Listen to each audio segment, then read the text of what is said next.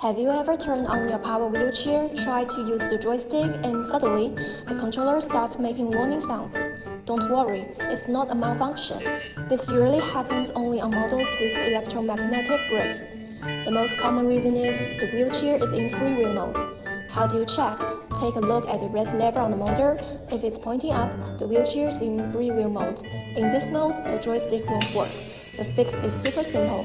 Just push the red lever down to switch back to drive mode. Now your wheelchair will respond normally, and you are ready to roll. Tip: always check the lever position before you start driving.